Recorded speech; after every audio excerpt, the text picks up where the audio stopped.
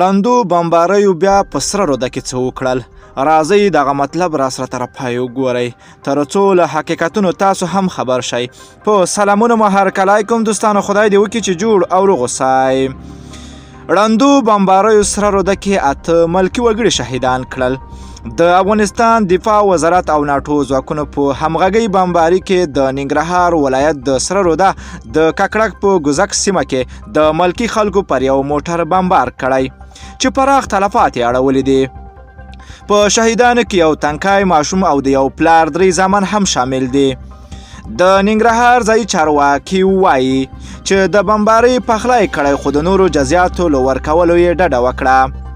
په ننګرهار کې زموږ همکار له ځایي خلکو له خولې وایي چې بمبار د جمعې په ورځ مازدیګر شوی ده او د خوږیاڼیو ولسوالۍ ته تللی ده. د صخرو 2 وګړي په نښه شوي دي.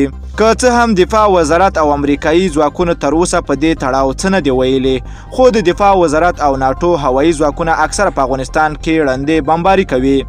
د افغانستان د ملي امنیت یوې سرچینې ویلي دي په دغه هوایي برید کې د ملکي وګړو د تلفاتو یادونه وکړه، خو هغه مهال یې وویل چې هدف ته د وسلوالو طالبانو هغه ډله وه چې تازه د کوټې شورا له لوري هغه ولایت ته ګمارل شوی وه. طالبانو په یوه اعلامیه کې ویلي دي چې برید په 14 وګړو شوی ده. د هوایي بریدونو په داسې وخت کې شوي دي چې تر بله هر وخته په افغانستان کې د سولې راتګ خبرونه ګرم دي.